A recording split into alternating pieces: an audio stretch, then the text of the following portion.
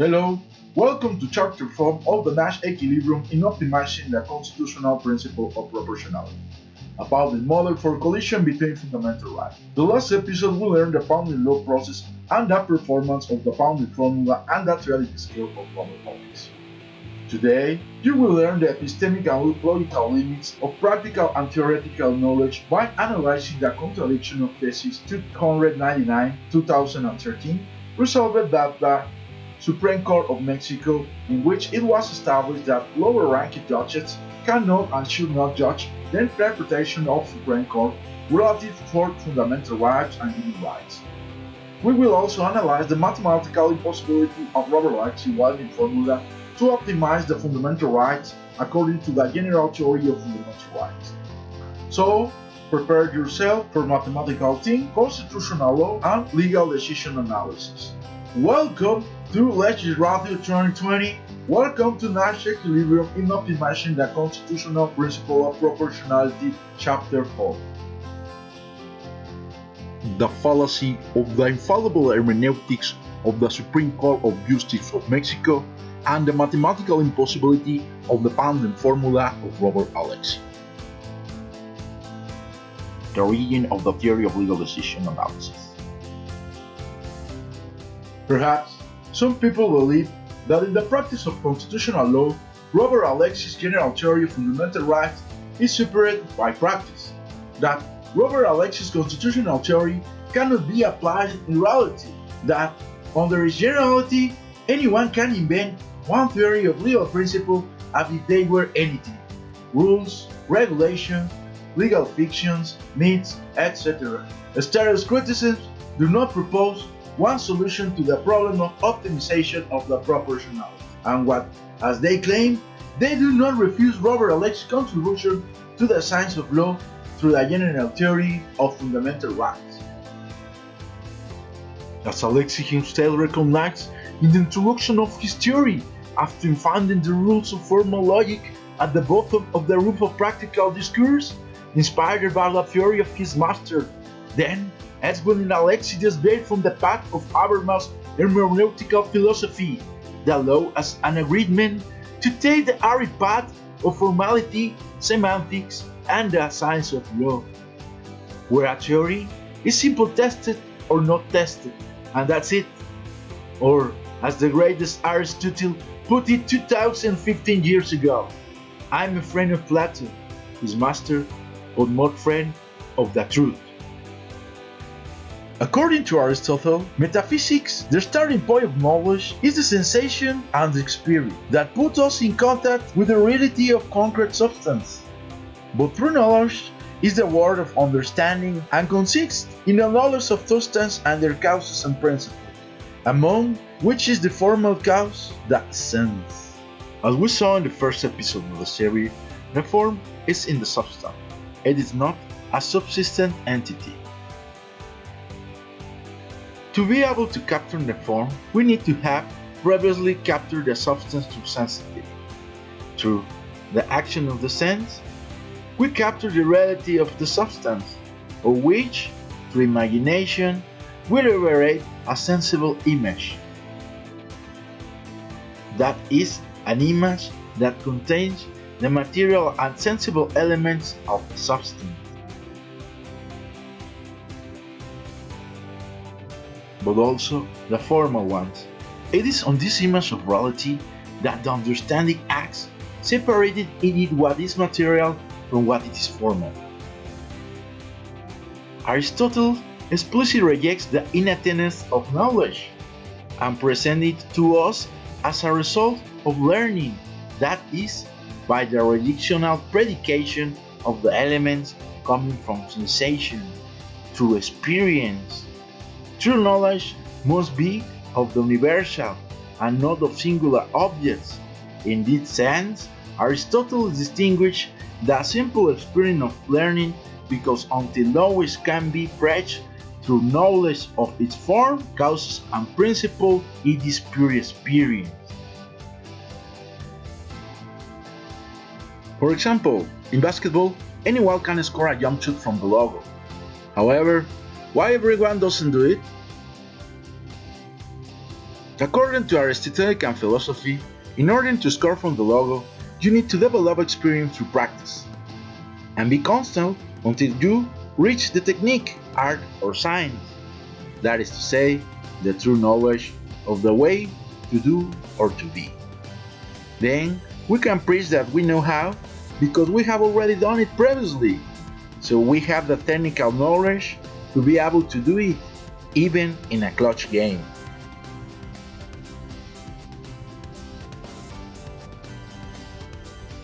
Therefore, to know is to do. Anyone can't learn without practice. In no way, knowledge can be innate. All knowledge comes from the experience.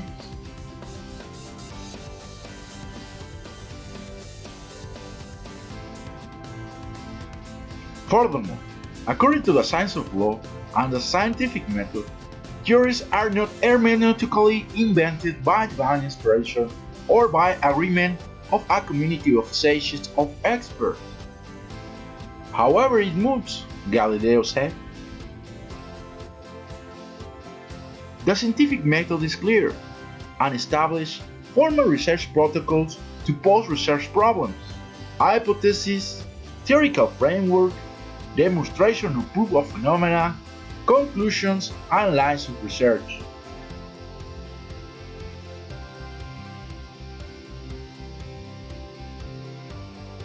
On the contrary, we could then ask ourselves if it is possible that singular practice can refer or seek the limits of scientific knowledge and universal formal logic. In terms of constitutional control, could the jurisprudence of some Supreme Court refute the general theory of fundamental rights and go beyond the limits of logic and the scientific method?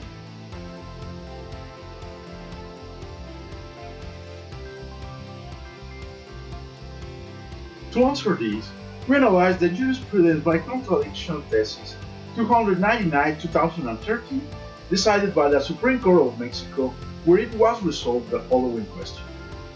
If the jurisprudence of the Supreme Court can be subject of judicial review, or can be the case that a judge of a lower rank detect the violation of any fundamental rights in the jurisprudence of the Supreme Court and disprove it?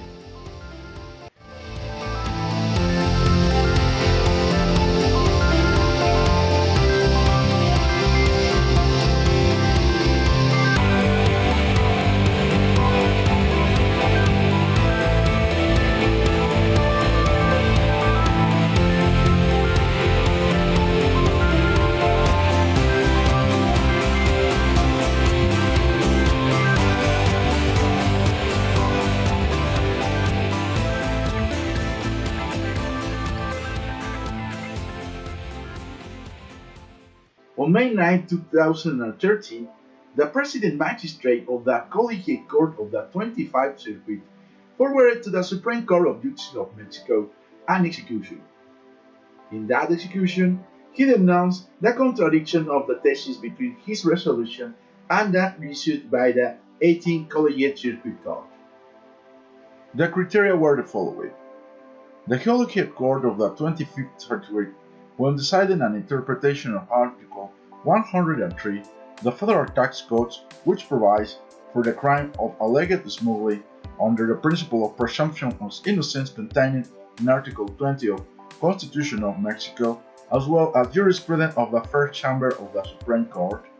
As a result of this interpretative effort, the Collegiate Court determined that the concept of violation of the complainant were inoperative because the issues of constitutionality raised was already resolved in the referent jurisprudence thesis, and that it could not be subject to control of conventionality. On the contrary, the 8th Collegiate Circuit Court of the Auxiliary Center of the 3rd Region analyzed the constitutionality of the same article, also under the principle of presumption of innocence. Likewise, it analyzed that the jurisprudence together, however, unlike the complainant court, the result of this last interpretative exercise was that the concept of violation were well founded, since the challenged norm violated the principle of presumption of innocence, and the jurisprudence of the Chief Chamber of the Supreme Court which recognize the constitutional validity of a foreign nation norm, could be inapplicable as it is unconventional, by virtue of the proportion principle and the new paradigm of constitutional interpretation. In addition, the court held that under this new paradigm, the collegiate court could display any other case law that proves unconventional. From the above, it is possible to conclude that the view of the courts reflects a contradiction, giving rise to the formulation of the question: can the jurisprudence of the Supreme Court of Justice be subject to control of constitutionality or conventionality by national judges? When it is detected that it is any violation of any fundamental right contained in the constitutional or international treaties, that is, in our epistemological terms, can the jurisprudence of the Supreme Court of Justice be infallible? The majority of the court ministers say that the jurisprudence of the Supreme Court of Justice is not susceptible to being subject to control of constitutionality or conventionality by lower-ranking judicial bodies. The justification of the majority of the court were the following: because Article 94 of the Constitution established that jurisprudence will be obligatory. Because jurisprudence, it is not a law. Therefore, the same reasons that are taken into account to fail to apply a law do not prevail. Jurisprudence, say the defenders of this thesis, is an interpretative reflection that has already gone through an intellectual process in which the norm was compared with the legal order, and that led to the interpretant to decide the meaning of the statement by seeking to guide the lower judges. Therefore, they cannot and should not judge the interpretation, much less apply it. Because allowing it will result in it losing its obligatory character, causing a lack of certainty and legal security.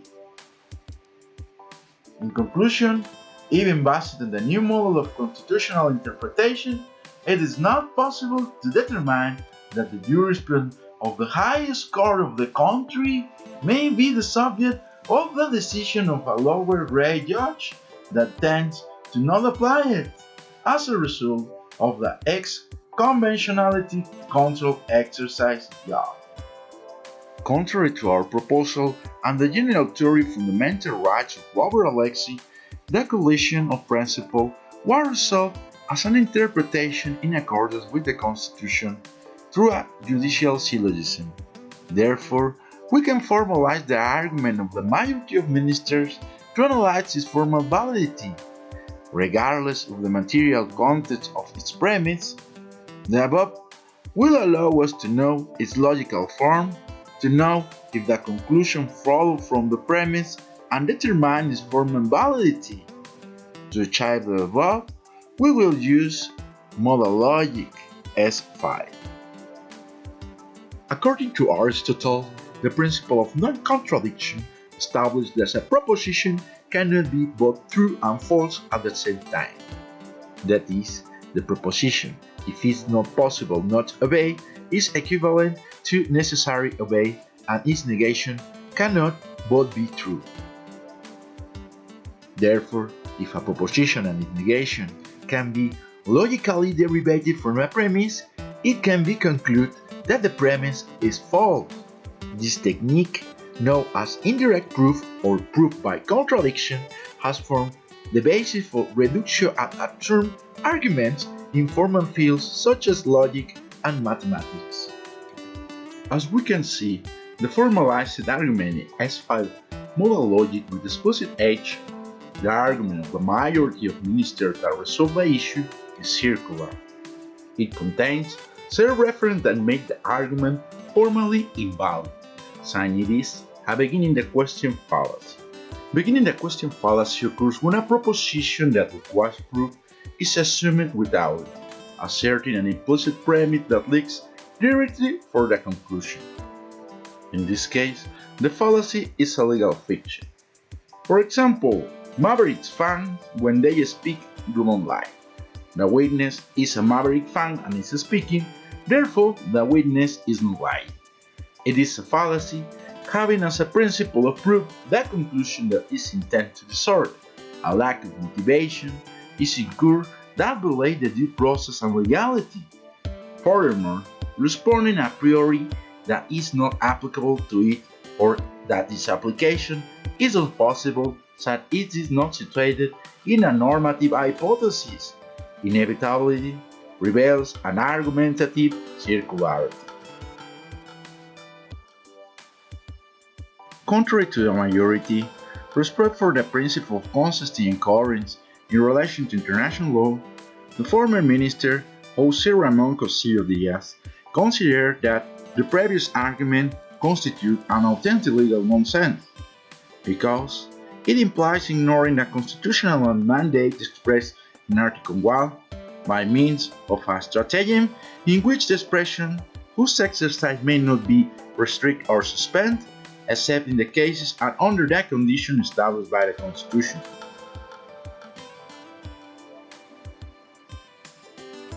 Especially, the former minister distinguished that in the legal system there are constant exercises of assigning meaning to certain normative statements, which are carried out by legal operators, any of them, authorities, lawyers, and people. This exercise of assigning meaning to normative statements, which can be called interpretation exercise, most of the time have the objective to assigning the meaning that a certain normative statement has in a specific case, but also in other cases such exercise of assigning of meaning is posed in the abstract sense, that is, it seeks to determine what the normative meaning of a normative statement is regardless of any specific case. Furthermore, with respect to dignity, intellectual discrimination, and the fundamental rights violated by the resolution, Cosío considers that restricting the powers of derogation to certain judges will be important to establish a barrier of competence.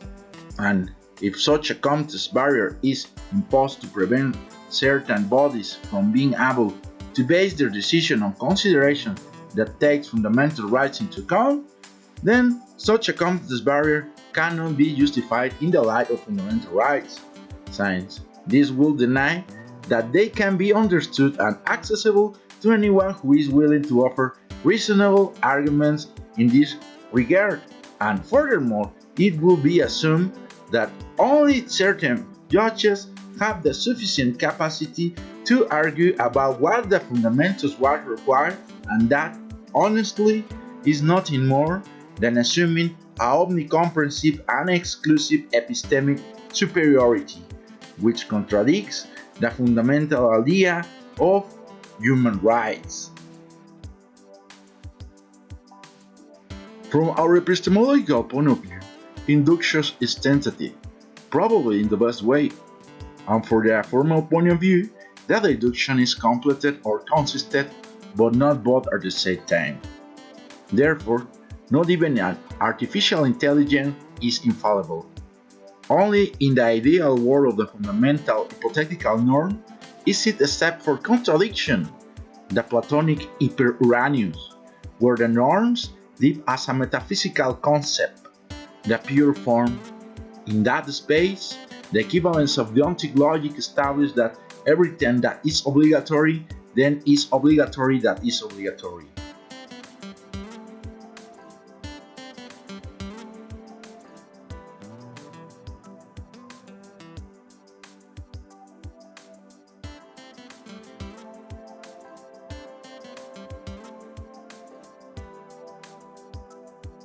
The mistake of the invalid justification of the hermeneutic infallible framework has to deal with the problem of the inability of natural language to distinguish analytical from synthetic aspect.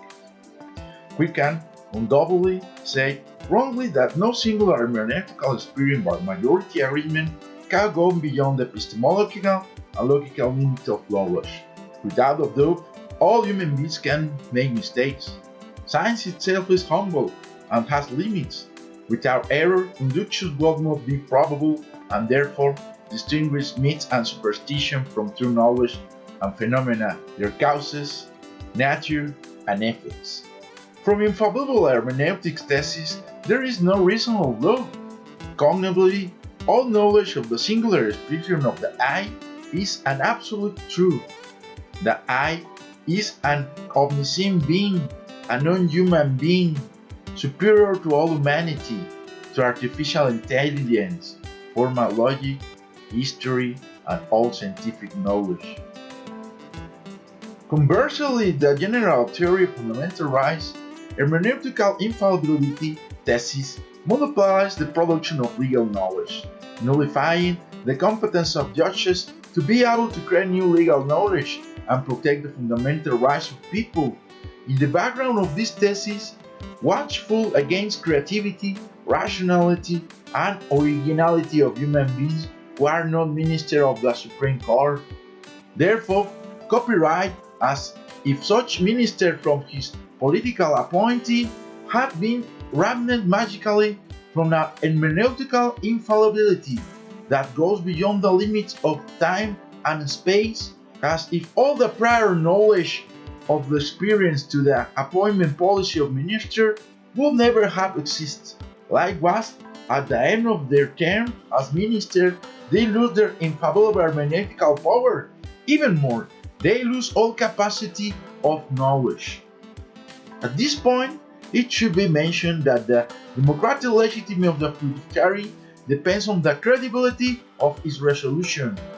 We reject the philosophical theory of innate knowledge. For science, all knowledge comes from the experience.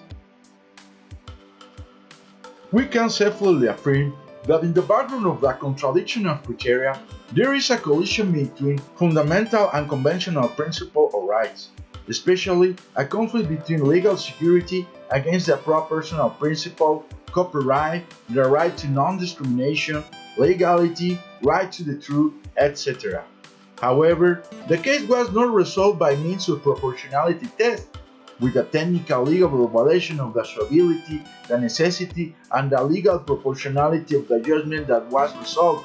Sentence that is in accordance with the right to legal certainty, but also violates and nullifies several fundamental rights. Although it is true, there is no express obligation to resolve conflict between principles by means of a proportionality test.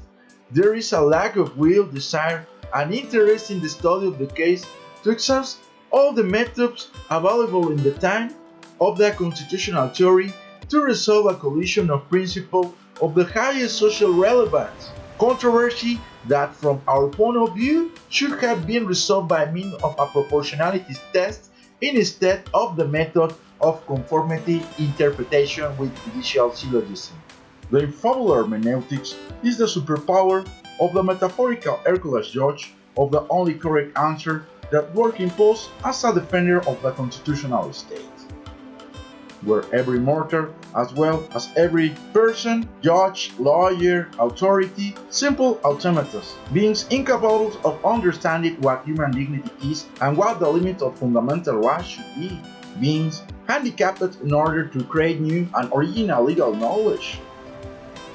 In addition to totally nullifying creativity protected by copyright, this resolution discriminates against humanity's ability to know the meaning of supreme value principles emanating from the cognition of rationality and autonomy of the will, such as dignity, fundamental rights, and the spirit of the constitutional reform on human rights of 2011 in Mexico.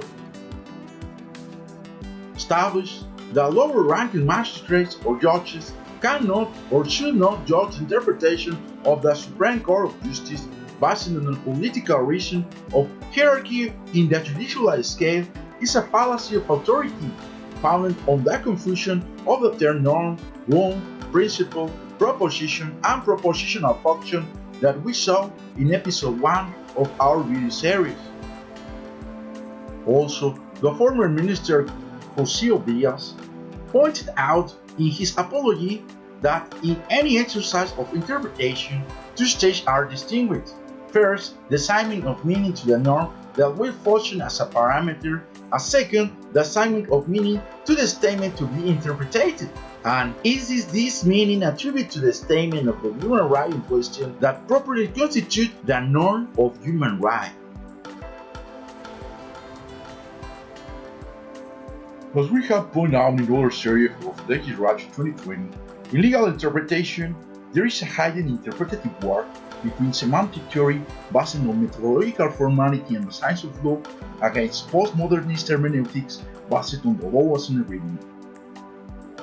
This jurisprudence is a legal example of the danger of immoral hermeneutics and the damage that it causes to the fundamental rights of people by violating the theoretical formality in benefit of the implausible institutional rhetoric. However, we can affirm without a doubt that rhetoric needs logic to persuade, but logic does not need rhetoric to ensure the formal validity of an argument. An argument is logically valid, although the rhetoric affirms that its hermeneutic is infallible. An argument is not logically valid, even if the rhetoric asserts its subjective infallibility by a legal fiction. Ignorance of logic and fallacies should not be confused with the object of rhetoric, that is to persuade, even using fallacies. Logic shows us irrefutably that the methods of making an argument based on stubbornness, empty rhetoric, and authority are worthless.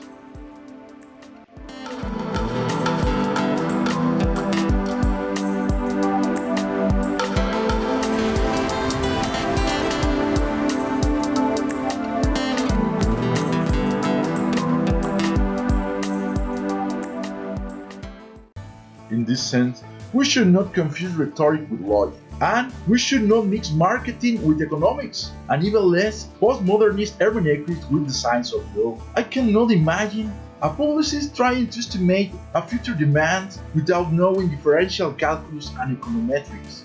Without a doubt, both marketing and rhetoric have the purpose of persuading without worrying about the certainty or formal validity of their speeches, while logic has the purpose of analyzing the argument to know its formal validity. For its part, economics claims to be a science whose purpose is to analyze and measurements of economic phenomena, while the sensu juris modus geometricus has as its purpose the formal study of the norms of legal argumentation, the real law, to analyze its validity, efficacy, plausibility, legality, etc. In this case, through our semantic theory of legal argumentation and the general theory of legal decision, to these ends, we will now study the problems of Robert Alexy's founding formula.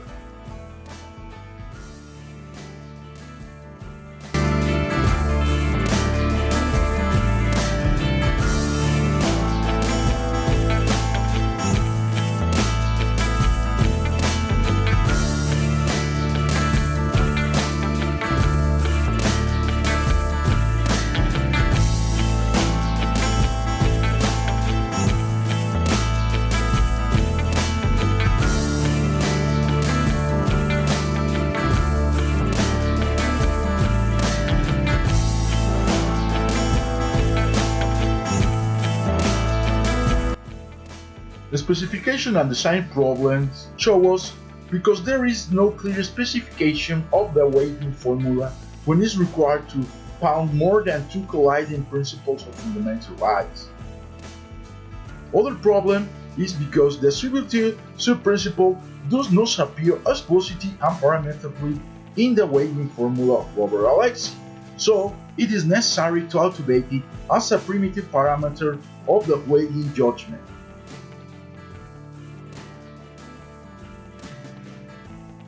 The assessments of epistemic certainty in the weighting formula SPIC and SPJC is located in the domain of probability theory, and it is actually about estimating the uncertainty about the need for the measure under review. According to Alexy, the range these scales goes from safe to not obviously false. In the weighting formula, the triadic scale is conventionally only for three values: 0.25, 0.5, and 1, as an ordinal scale.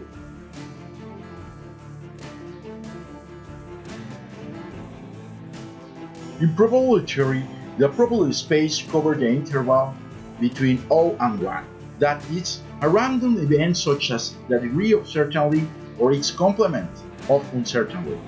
Regarding the need for the apparent measure can take any value between 0 and 1. Ordinal scales represent an order, but not an algebraic structure. For example, the Mohs scale of mineral hardness represents the hardness of mineral from 1 light to 10 hard, but it has no empirical significance for the equality between intervals of ratio between these numbers. The ordinal scales represent an order or not an algebraic structure. In this context, in measurement and optimization theories, as well as in decision analysis, cardinal scales are preferably used due to their algebraic nature.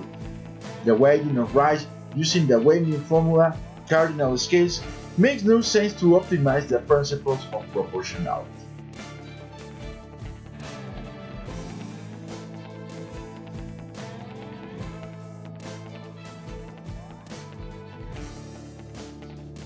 Due to the natural intricacy of human decisions, in the weighting process, it is not possible to apply the parity optimum as proposed by Robert Alexy.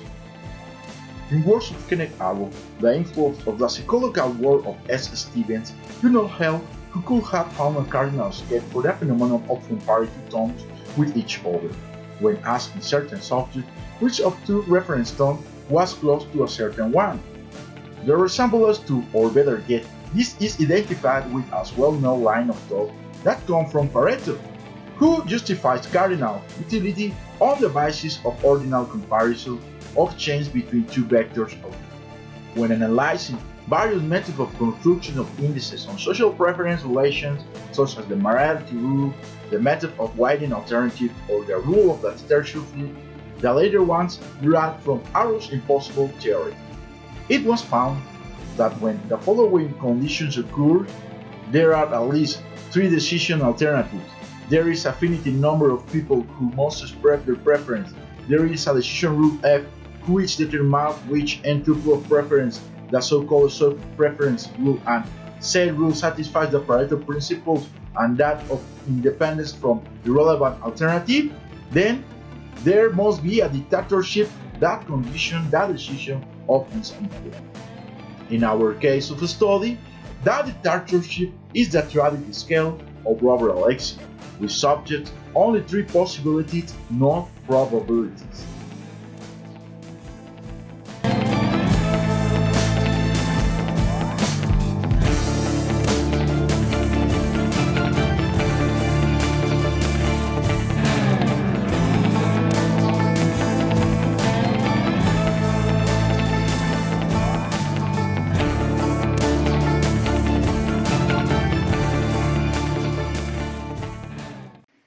Finally, as a conclusion to this episode, we can say in relation to contradiction of criteria 299 in 2013, resolved by the Mexican Supreme Court, that the sentence of the majority of the ministers, both as correct, is totalitarian, since it suppresses all possibility of legal action for the judges and their moral decisions. Its hermeneutical justification is radical and nihilist, since it produced the violation of several fundamental rights on a large scale that cannot be rationally or argumentatively defended. Furthermore, such a sentence is superfluous, given that it violates the legal personality, the legal entity, and the individual personality. The legal violation consists of the denying the person the right to have effective protection of fundamental rights through the creation of an arbitrary and capricious constitutional system, where the fundamental rights of the people are outside the ex officio protection of the pro persona constitutional principle and the spirit of the reform in human rights in Mexico. The annihilation of the legal person, judges, lawyers, and public authorities finds its most violent expression at the moment in which a judge or a lawyer is forced to act in the context of inaction to defend the fundamental rights of the people. The annihilation of the individual personality through experience, knowledge, and the ideal of justice disappears in the value of this sentence. The only fundamental principle that survives from that sentence is the legal certainty.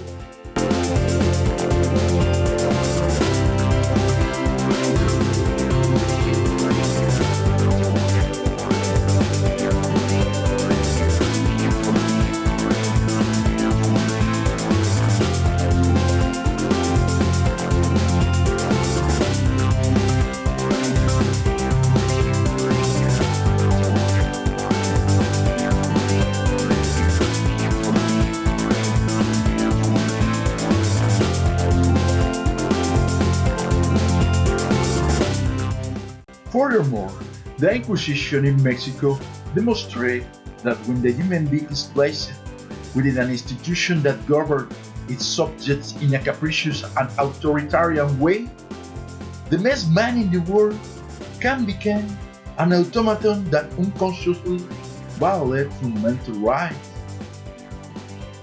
According to Hannah Arendt, the man who stops thinking, reflecting, philosophizing about good and evil can accept almost anything. The voluntary nature of jurisprudence is only a legal fiction that cannot be superior to the aim of the democratic state of law, which is the effective protection of dignity and fundamental rights. Intellectual superiority of ministers over another judge, lawyer, or human being without the proof is a cliché that, as we see through the analysis of the legal decision of this sentence, is only sustained by fallacies of authority and self-reference.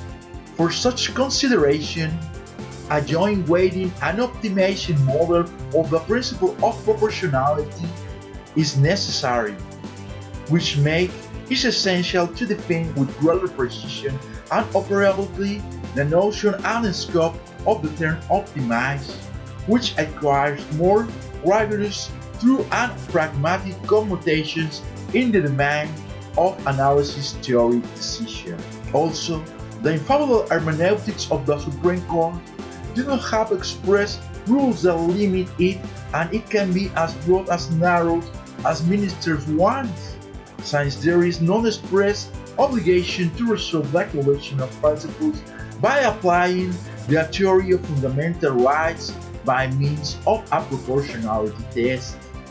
Paradoxically, the legal infallible hermeneutics can exceed the limits of legal logic and science of law, annulling fundamental rights if it's eagerness to protect them. From the expansion of the principle of legal certainty, it was limited, annulled, and discriminated against human capacity, creativity, and innovation of judges and lawyers, nullifying the enjoyment and protection of several fundamental and conventional rights. These examples allow us to understand the need and social scope of our general theory of legal decision analysis based on fair play rules, quantitative criteria, and free choice. Our model of weighting of fundamental rights is guaranteed by the Nash equilibrium. For our algorithm, the hermeneutical justification and the reason of law are ornamental. The background of the constitutional phenomena is studied, measured, and resolved through cardinal case and objective degrees of logicity, not in arguments of authority, fallacies, or self-reference.